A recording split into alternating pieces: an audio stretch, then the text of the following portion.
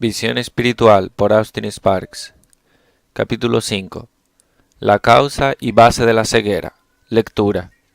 2 Corintios 3, del 7 al 18 y capítulo 4, del 1 al 6. Hemos estado tratando el asunto de la vista espiritual. Aquí en el pasaje de la Escritura que acabamos de leer encontramos otra porción relacionada con este mismo asunto de la ceguera y la visión. En primer lugar tenemos el hecho de la ceguera. El Dios de este siglo cegó. Después vemos la causa, el Dios de este siglo. Y después encontramos la razón o propósito, es decir, para que no les resplandezca la luz del Evangelio de la gloria de Dios, que es la imagen de Dios. Para que no les resplandezca la luz del Evangelio de la gloria de Cristo, que es la imagen de Dios. Vamos a considerar los temas en este orden. El hecho de la ceguera. Habrás notado que en este pasaje se traza un paralelo entre el Israel de los días de Moisés y los incrédulos de los días de Pablo. En ambos casos se dice que hay un velo sobre sus corazones, sobre sus mentes, un velo que cierra, que excluye y que es cegador en su naturaleza. Más aún, hay un elemento de juicio y condenación en la forma en la que el apóstol habla de él. Nos dice en relación a Israel cuando se reunió en la puerta del tabernáculo para oír a Moisés leyendo la ley, que ciertamente Moisés hubo de ponerse un velo porque el pueblo no podía fijar la vista en la gloria de su rostro. Pero esto no era porque la gloria no pudiera en verdad ser contemplada, sino por causa del estado de su mente, de su corazón. Si su estado interior hubiera sido distinto, el velo hubiera sido innecesario. Hubieran podido contemplar la gloria y vivir en la luz. Sin embargo, el velo era una representación externa de una condición interior que escondía la gloria de Dios. Nunca fue el deseo del Señor el esconder su gloria, sino el manifestarla, y que el hombre viviera en ella, la disfrutara, que no hubiera ningún velo en absoluto entre Dios y el hombre. Los velos se han interpuesto entre Dios y los hombres por causa de una condición que Dios preferiría que no existiera. El poder cegador de la incredulidad. De este modo ha de ser situada esta oscuridad, esta ceguera, este cerrar y esconder la gloria de Dios y esta condición interior de Israel en tiempo de Moisés y de quienes estaban en la misma condición en días de Pablo y en el día de hoy. Como algo bajo juicio y condenación. Esta condición interior que actúa como un velo es incorregible, incredulidad, como sabemos bien por todo lo que se dice de Israel. Fue la incorregible incredulidad de Israel lo que le cegó. Pero decir esto no es en absoluto de ayuda. Es sencillamente la declaración de un hecho muy opresivo.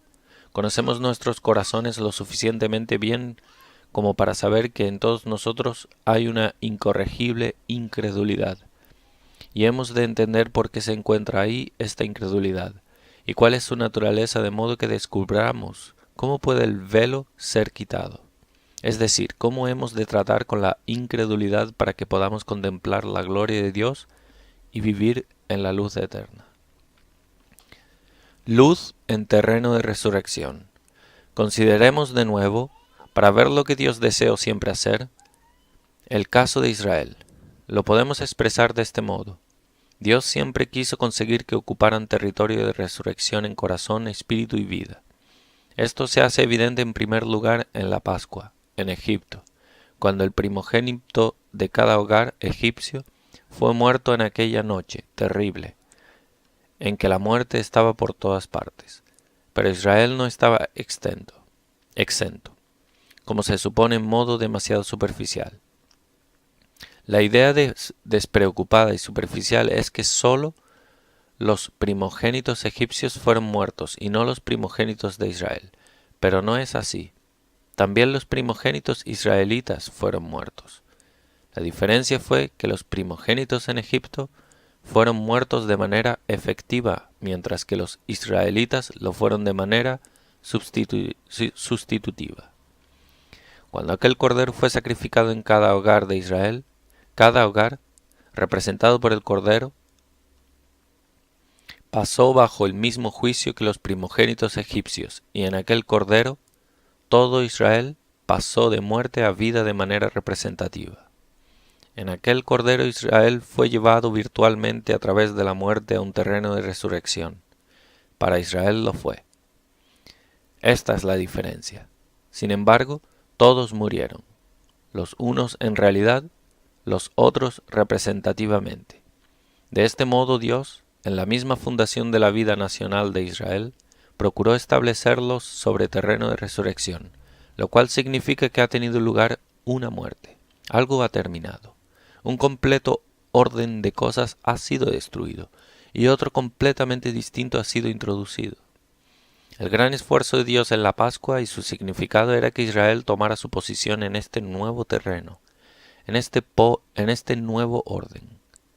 La celebración de la Pascua año tras año, como una ordenanza establecida por todas sus generaciones y su historia, era la manera de Dios de demostrar a los israelitas que pertenecían a otro orden, el orden de la resurrección.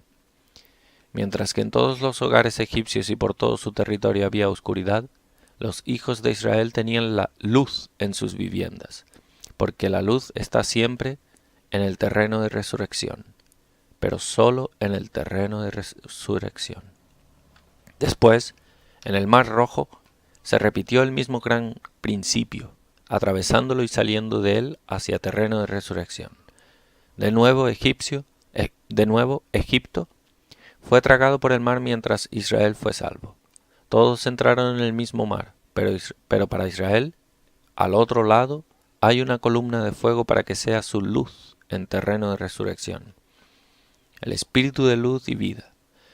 Mientras continuaban adelante año tras año, guardaron la Pascua para preservar el testimonio en cuanto al terreno sobre el que estaban como nación. Después vino el Jordán, y no fue más que una reiteración en principio de lo mismo. Ahora se hace necesaria, no por su condición necesitada, sino por su reconocimiento de ella. Es dudoso que tanto en la Pascua como en el Mar Rojo, Israel tuviera un entendimiento subjetivo de lo que Dios estaba haciendo en la Pascua o en el Mar Rojo. Pero ahora han llegado a darse cuenta, de manera subjetiva, de que es una necesidad. Durante 40 años han estado descubriendo cosas, y al final se ponen de acuerdo. Se ponen de acuerdo con Dios en que necesitan un terreno completamente distinto, si han de permanecer en la luz. De manera persistente y por todos los medios Dios procuró que Israel ocupara y permaneciera en terreno de resurrección, del cual había sido cortado por completo, el terreno de lo natural. Su incredulidad incorregible tenía como componente básico la inclinación al terreno de lo natural, de la no resurrección. La consecuencia de vivir en el terreno de lo natural. ¿Qué es el terreno de lo natural? Mira a Israel y lo verás con claridad. El terreno de lo natural es un atraer de las cosas a uno mismo. Una perspectiva de todas las cosas a la luz de uno mismo. El criterio predominante es cómo me afectan las cosas a mí. En el comienzo de nuestra vida cristiana era así. Por supuesto, la liberación que experimentamos en un comienzo obró en nosotros positivamente, de modo que estábamos muy contentos. La poderosa liberación del Mar Rojo nos es algo agradable, de modo que hoy estamos llenos de gozo. Siempre es así cuando las cosas van bien. Sin embargo, ¿qué ocurre cuando estamos siendo probados? Llévanos mañana a este lugar y situación donde no está tan claro que todo sea para nuestro provecho, y la canción cesa, el gozo se va y entra la murmuración. Murmuraron. ¿Cuán a menudo se dice de Israel que Israel murmuró? ¿Por qué? Porque estaban sobre un terreno carnal, natural, que en pocas palabras significa ¿cómo me afecta a mí? Este es el terreno de lo natural, y en este terreno siempre brotará la incredulidad. Lo que da fuerza a la incredulidad son estas cosas: intereses y consideraciones naturales, personales. Mirar las cosas desde la óptica de lo que nos es o no ventajoso. Permite que estas cosas entren, aunque sea solo por un momento, y no tardarás. Quiero repetir aquí. Permite que estas cosas entren, aunque sea solo por un momento, y no tardarás en encontrarte dudando y cuestionando, en incredulidad, porque la esencia de la fe es exactamente lo contrario de eso. Cuando las cosas van en contra de ti y de tus intereses, cuando estás perdiendo tu vida y lo que tienes, y sin embargo estás creyendo a Dios, confiando en Él, esto ciertamente es fe. Esto es la esencia de la fe. Sin embargo, nuestra fe no es verdadera cuando solamente creemos en Dios mientras brilla el sol y todo va bien. Israel se mantuvo tan persistentemente en el terreno de lo natural que actuó mucho más en incredulidad que en fe. Fue eso lo que les cegó, de modo que cuando lo analizamos, vemos que la incredulidad ciega no es otra cosa que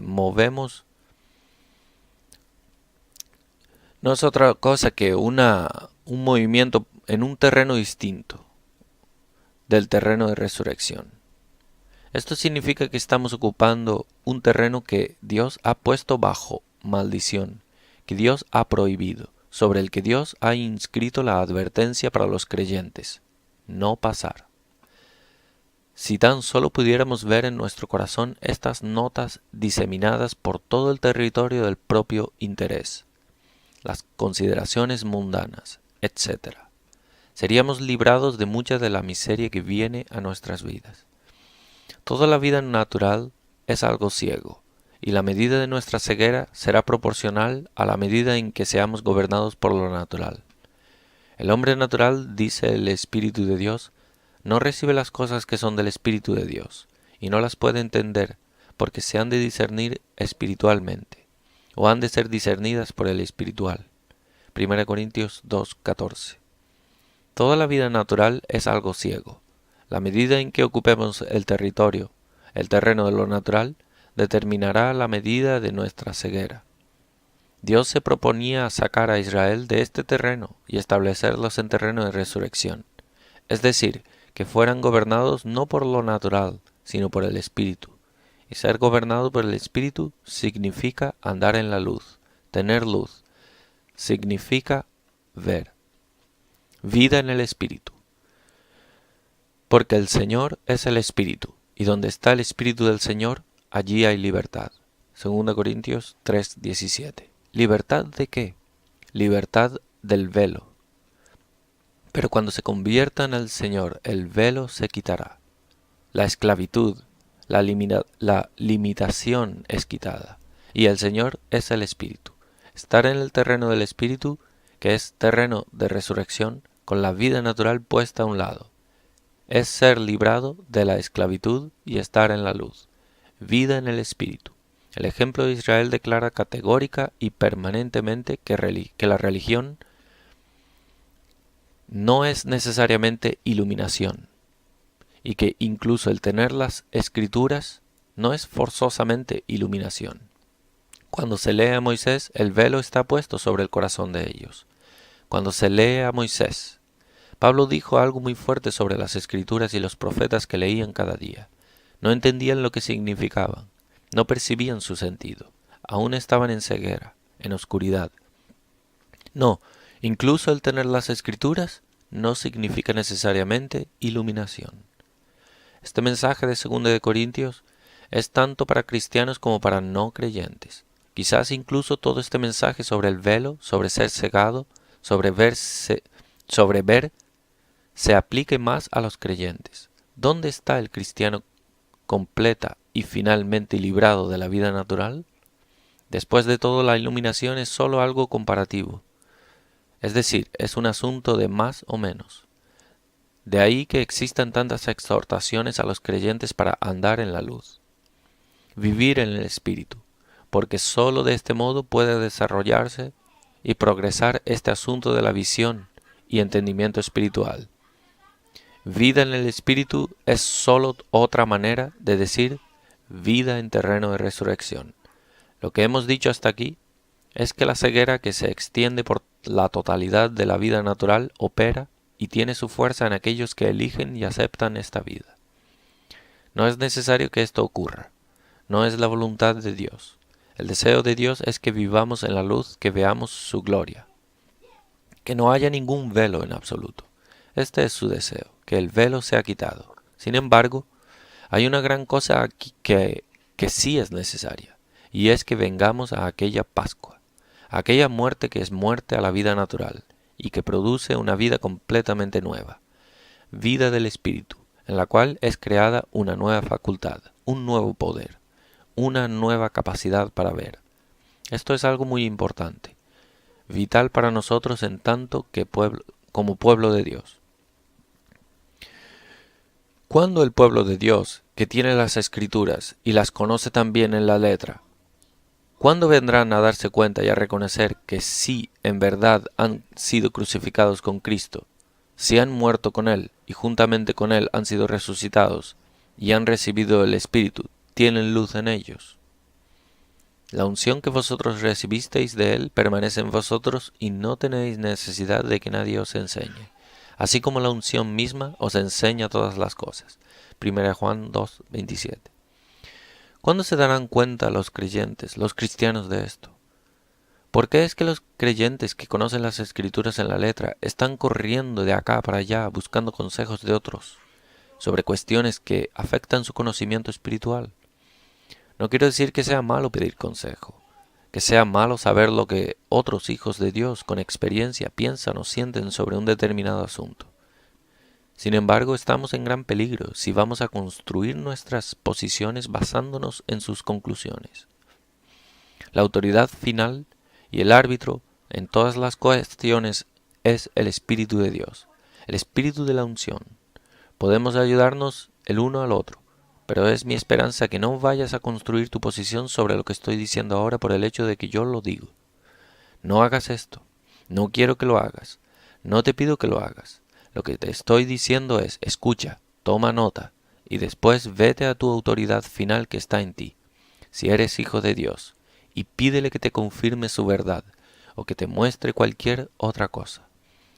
Este es tu derecho de nacimiento, el derecho de nacimiento de todo hijo de Dios, estar bajo la luz del Espíritu de luz que lo habita, el Espíritu de Dios. Me pregunto dónde estaría Pablo si hubiera tomado el curso contrario del que tomó. Cuando agradó a Dios, que me apartó desde el vientre de mi madre, para revelar a su Hijo en mí. No consulté enseguida con carne y sangre, ni subí a Jerusalén a los que eran apóstoles antes que yo, sino que fui a Arabia. Gálatas 1, del 15 al 17. Me pregunto qué hubiera ocurrido si hubiera subido a Jerusalén y hubiera puesto el asunto ante aquellos que eran apóstoles antes que él. Sabemos por acontecimientos que ocurrieron después que algo que le hubieran dicho hubiera sido: ten cuidado, Pablo. ¿No estás diciendo que en el camino de Damasco se supone que Jesús te dijo que fueras a los gentiles? Ten cuidado. Hubieran intentado persuadirlo en contra de este asunto de los gentiles. Ya sabes lo que sucedió más tarde. Ya sabes que en este punto incluso Pedro cayó en simulación años más tarde. Ya sabes que aquellos apóstoles que fueron antes que él en Jerusalén siempre fueron muy recelosos sobre el tema de los gentiles. Y si Pablo hubiera capitulado ante ellos, nunca hubiéramos tenido en él al gran apóstol de los gentiles, el gran apóstol del cuerpo de Cristo, con su revelación del misterio de la unidad de judíos y gentiles en Cristo. Pablo no sometió esto ni siquiera a los que fueron apóstoles antes que él, para preguntarles si era correcto o no, si era sano o no. Oh, no. En Damasco recibió la unción. Ananías puso sus manos sobre él y recibió el Espíritu. Y desde este día, aunque Pablo estaba por completo dispuesto y gozoso de tener comunión con sus hermanos, aunque nunca tomó una posición independiente o superior, aunque estaba siempre abierto para el diálogo, fue sin embargo un hombre gobernado por el Espíritu. Has de tener cuidado de cómo tomas lo que estoy diciendo. Solo será seguro para ti en la medida en que no te veas a ti mismo junto con el Espíritu Santo como una parte independiente, sino que te mantengas en perfecta comunión, sumisión, humildad, con un corazón abierto y dispuesto a escuchar y obedecer lo que pueda venir como testimonio del Espíritu a la verdad a través de otros. Pero todo esto depende de tu condición interior, de si estás en terreno natural o espiritual, en el terreno de la antigua creación o en la de resurrección. Pero si estás en terreno de resurrección, donde no es la vida de lo natural lo que gobierna, sino el Espíritu, entonces, amado, tienes el derecho, el privilegio y la bendición de conocer el testimonio del Espíritu en tu corazón y la unción, enseñándote todas las cosas, en cuanto a si un asunto determinado es correcto o incorrecto. ¿Cuándo conocerá el pueblo de Dios esto? ¿Cuándo lo reconocerá? Es aquello que mencionábamos anteriormente, lo que está robando a muchos la luz que el Señor desea darles. El Señor les guiaría a una mayor plenitud en el conocimiento de su Hijo, a un crecimiento de su entendimiento espiritual, pero están descuidando el don que está en ellos. Están descuidando al Espíritu Santo como su iluminador, maestro, instructor, guía y árbitro, y van a este o aquel, a esta o aquella autoridad diciendo: ¿qué piensas sobre este asunto? Si tú crees que está mal, entonces no lo haré. El hacer esto es fatal para el conocimiento espiritual. Esto es permanecer en terreno natural. El Señor nos quiere fuera de este terreno. Este asunto de ocupar terreno de resurrección. Una vida en el Espíritu. Es esencial para poder llegar al pleno conocimiento del Hijo de Dios. ¿Cuánto más se podría decir sobre todo esto? Tengamos cuidado en cuanto a quiénes son nuestras autoridades. Muchos queridos hijos de Dios han llegado a estar, tanto individual como colectivamente, bajo una horrorosa y pesada esclavitud, limitación y confusión por volver una y otra vez a autoridades humanas, a este o a aquel gran líder, a este hombre que fue grandemente usado por Dios, aquel que tuvo una gran cantidad de luz espiritual. El Señor tiene todavía más luz y verdad que hacer brotar de su palabra, de la que incluso poseyera aquel siervo suyo. ¿Entiendes lo que quiero decir? Tenemos todo el beneficio de la luz dada a personas piadosas y procuramos aprovecharnos de luz verdadera, pero nunca deberíamos caer en esclavitud y decir: esta es la última palabra sobre el asunto. Esto no debe ocurrir nunca. Hemos de mantenernos en terreno de resurrección. ¿Y quién puede agotarlo? En otras palabras, ¿quién puede agotar el significado del Cristo resucitado? Él es un almacén sin límites, la tierra de vastas distancias. Supongo que si ha habido alguien que tuviera este sentido más que cualquier otro, ese sería Pablo. Pero hasta el fin de su vida, desde la cárcel aún clama, a fin de conocerle. Lo tengo todo como pérdida, por la excelencia del conocimiento de Cristo Jesús mi Señor, por amor del cual lo he perdido todo, y lo tengo por basura. Filipenses 3:8. Al final de una vida como la suya, la vida de un hombre que podía decir: conozco a un hombre en Cristo que hace 14 años fue arrebatado al tercer cielo, donde oyó palabras inefables que no les es dado al hombre expresar. 2 Corintios 12, 2 y 3. Está todavía diciendo: a fin de conocerle. Creo que nadie, ni aun Pablo, ha hecho más que comenzar a conocer a Cristo resucitado.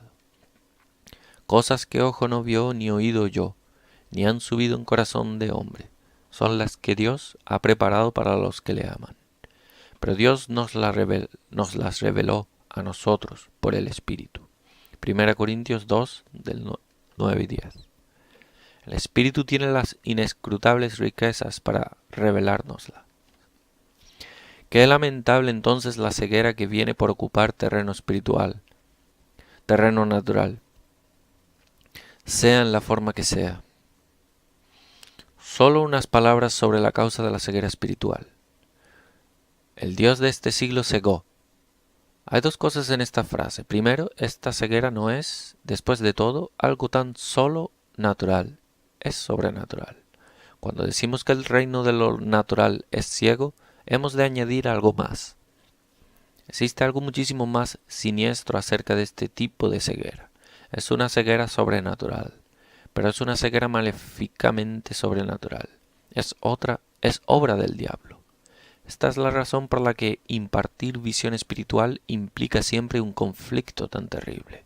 Nunca nadie llega realmente a ver y entender por el Espíritu sin conflicto, sin pagar un precio, sin una terrible cantidad de sufrimiento.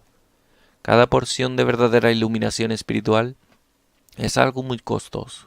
En lo que a este asunto se refiere, Pablo tenía que ponerse mucho de rodillas en favor de los santos. Doblo mis rodillas. Oro para que el Dios de nuestro Señor Jesucristo, el Padre de gloria, os dé espíritu de sabiduría y de revelación en el conocimiento de Él. Efesios 1:17. Es algo por lo que hay que orar. Y no es intranscendente el hecho de que en la epístola a los Efesios la oración aparece en tan alto grado relacionada con lo que se nos revela en el capítulo 6. Nuestra lucha es contra principados y potestades, contra los gobernadores de las tinieblas, contra huestes espirituales de maldad en las regiones celestes. Por tanto, tomad toda la armadura de Dios, esto y aquello, etc., orando siempre en el Espíritu con toda oración y súplica. Efesios 6 del 12 al 18.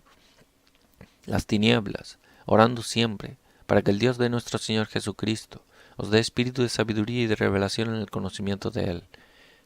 ¿Os dais cuenta? Es todo una pieza. Pero, ¿por qué todo esto? La explicación está aquí. El Dios de este siglo. Estamos contra algo sobrenatural en esta ceguera espiritual. Estamos contra todas las fuerzas cósmicas de maldad. Son inteligencias espirituales obrando para mantener a las personas en su ceguera.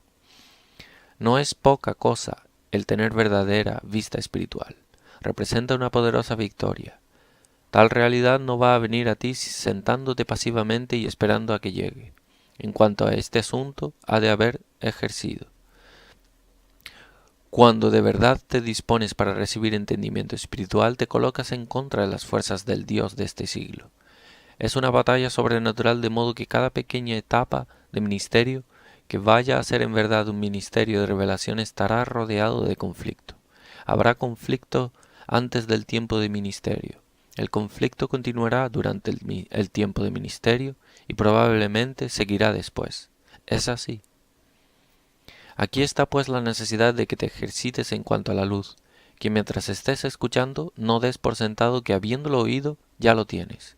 Asegúrate de que después de oír, tratas lo que has oído de modo práctico con el Señor, para que en verdad se realicen los avances que Él desea en tu vida, y que no te engañes a ti mismo asumiendo que ya lo sabes simplemente porque lo has oído. Puede que todavía no lo sepas, puede ser todavía necesario librar una batalla al respecto.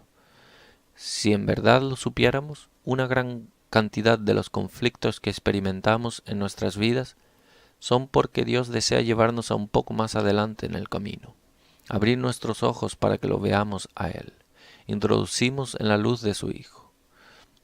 Dios desea ensanchar nuestro horizonte espiritual, y el enemigo está en contra. No va a permitirlo si puede. Se produce conflicto.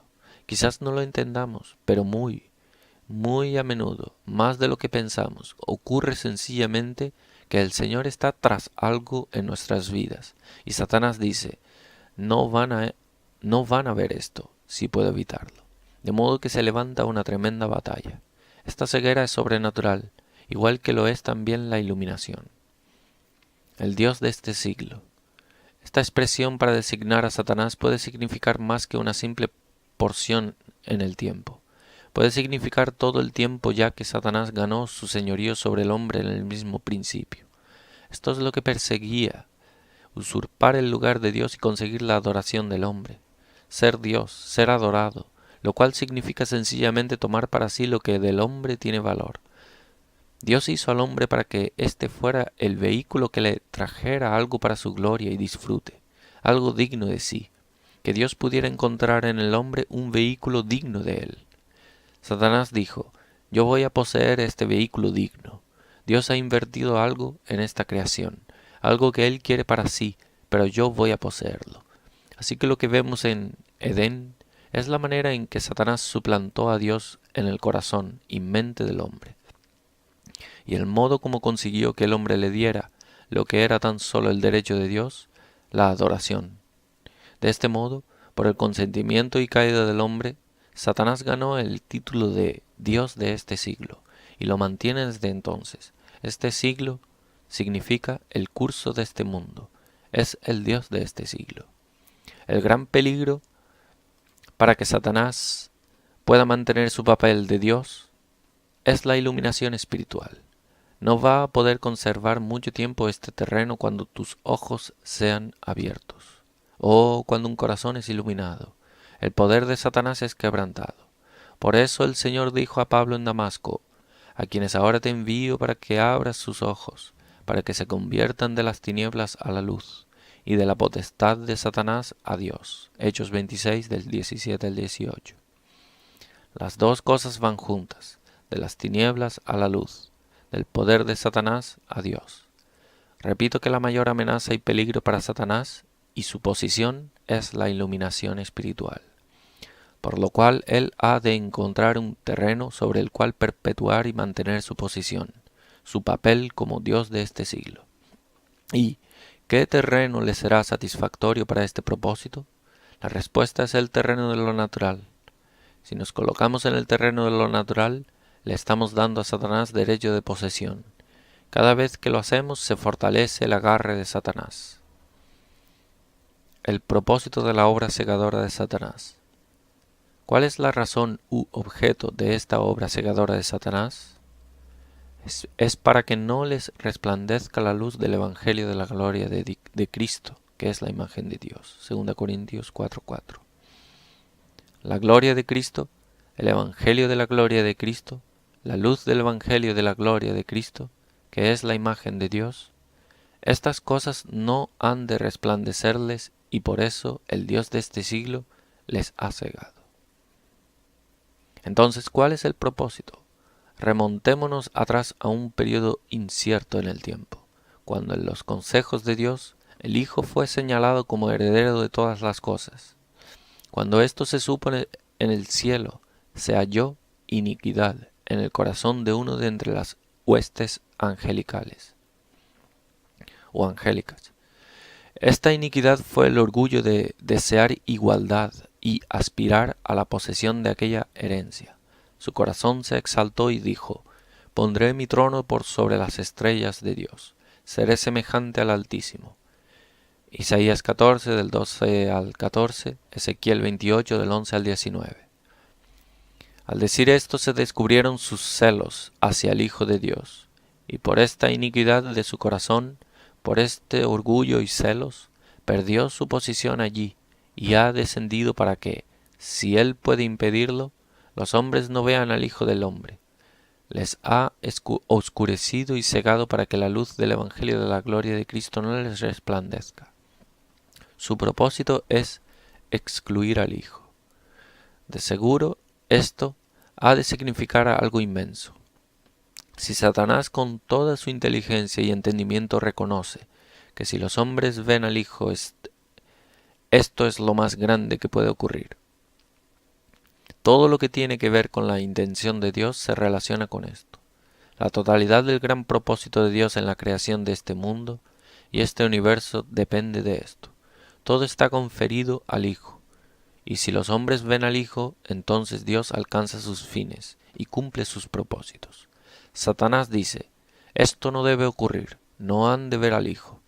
El Dios de este siglo ha cegado sus mentes para que no les resplandezca la luz de la gloria de Cristo, que es la imagen de Dios. Qué importante es entonces ver al Hijo. No podemos ahora extendernos en este tema tan inmenso, pero terminemos con esta nota. Qué tremenda expresión de júbilo llenará el universo cuando al fin le veamos cara a cara, cuando ya no hayan más velos oscurecedores en ningún grado. Dios cumplirá entonces sus propósitos. El Hijo aparecerá, será contemplado. Cuando le veamos, seremos como Él por lo que le veremos como Él es. 1 Juan 3:2. Este es el propósito para el que Dios nos hizo, ordenados de antemano, para que fuéramos hechos conforme a la imagen de su Hijo. Romanos 8:29. Pero es necesario verle ahora y seguir viéndole hasta el día perfecto, porque es contemplándolo como somos cambiados a su imagen. ¿Cuál será la oración de nuestros labios y de nuestros corazones al terminar esta consideración? Que no sea mero sentimentalismo, que sea un clamor y una búsqueda persistente. Queremos ver a Jesús. En la visión de Él converge todo el propósito de Dios en este universo.